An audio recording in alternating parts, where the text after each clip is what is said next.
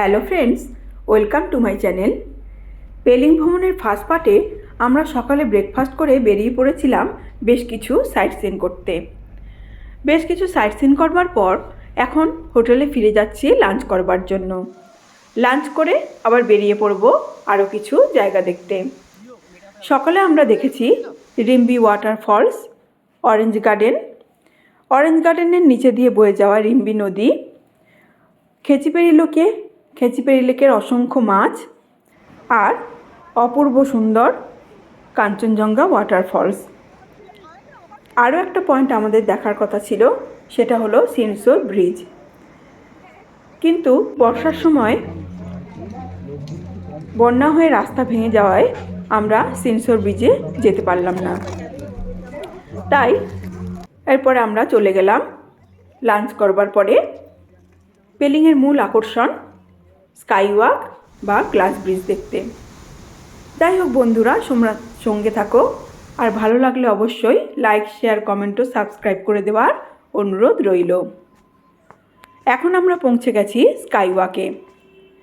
বাঁদিকে ticket counter থেকে আমরা পার হেড 100 টাকা করে টিকিট কেটে ঢুকে গেলাম স্কাইওয়াকের ভিতরে। এখন আমরা সিঁড়ি দিয়ে উপরে উঠে যাচ্ছি, আর ওই দূরে দেখা যাচ্ছে বোধিসত্ত্ব চেনরেজিংয়ের মূর্তি। স্কাইওয়াকটি সমুদ্রপৃষ্ঠ থেকে 7200 ফুট উচ্চতায় অবস্থিত। এটি লম্বায় 200 ফিট আর উচ্চতায় 55 ফিট। 2018 সালে এই স্কাইওয়াকটি উদ্বোধন হয়েছিল।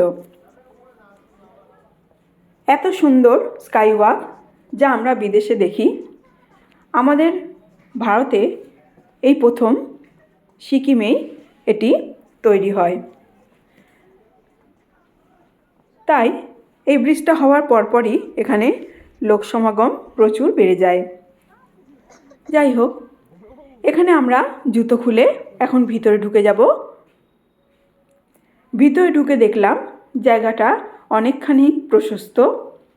বাঁদিকে অনেক রকম মূর্তি দিয়ে সাজানো রয়েছে, আর এই অনেক সিঁড়ি ভেঙে উপরে উঠে যেতে হবে চেনরেজিংয়ের মূর্তির কাছে।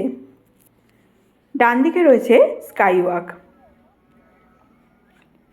দেখো বন্ধুরা, এখান থেকে আকাশটা কত কাছে লাগছে।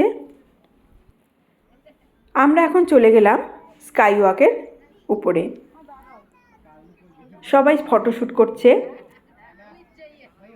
কেনই বা না করবে বন্ধুরা, এত সুন্দর প্রকৃতি আর এত সুন্দর গ্লাস ব্রিজ দেখে সবাই মন আনন্দে আত্মহারা হয়ে গেছে। আমরাও খুবই খুশি, কারণ এই স্কাইওয়াকের জন্যই যেন আমরা পেলিংয়ে বেড়াতে গিয়েছিলাম। এত সুন্দর, যেন প্রকৃতির সাথে এই সুন্দরতা মিশে গেছে। সবাই ফটো তুলছে, তাই আমরাও বসে দাঁড়িয়ে একটু ফটো তুলে নিলাম, যেটা সারা জীবন মনের মধ্যে থেকে যাবে। এখন আমরা ডান দিক দিয়ে বেরিয়ে উপরে উঠে যাচ্ছি বোধিসত্ত্ব চেনরেজিংয়ের মূর্তির কাছে। এই মূর্তিটি লম্বায় 137 ফুট। এই মূর্তিটি বিশ্বের সবচেয়ে লম্বা চেনরেজিংয়ের মূর্তি। 2009 সালে দালাই লামা কর্তৃক এই মূর্তিটি স্থাপিত হয়েছিল। 2009 পরে 2018 সালে এই মূর্তির গায়ে গ্লাস ব্রিজটি তৈরি হয়েছে। উপরে যেতে যেতে দেখলাম সিঁড়ির মধ্যেখানে বিভিন্ন রকম অর্কিড দিয়ে সাজানো রয়েছে। যাই হোক, আমরা মূর্তির কাছে পৌঁছে গেলাম, আর উপর থেকে তুলে নিলাম বেশ কিছু ফটো। উপর থেকে স্কাইওয়াকটা দেখাচ্ছিল, মনে হচ্ছিল যেন ভগবান নিজের হাতে তুলি দিয়ে এই জায়গাটার সৌন্দর্য এঁকেছেন। এই অপরূপ সৌন্দর্য উপভোগ করতে করতে আমরা নিচে নেমে আসলাম।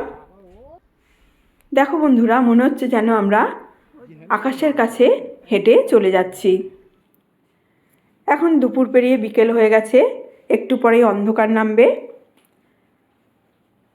আমরা উপর থেকে নিচে নেমে আসছি। নামতে নামতে দেখলাম বিভিন্ন রকম ফুলের বাগান। উপরে যখন উঠছিলাম তখন এইসব ফুলগুলো খেয়ালই করিনি, কারণ তখন গ্লাস ব্রিজে যাওয়ার জন্য মনের মধ্যে যে অস্থিরতা ছিল তখন তাই এগুলো একদম নজরেই পড়েনি। যাই হোক, খুব ভালো ফটো তুলে নিলাম। আজকের মতন ভিডিও এখানেই শেষ করলাম।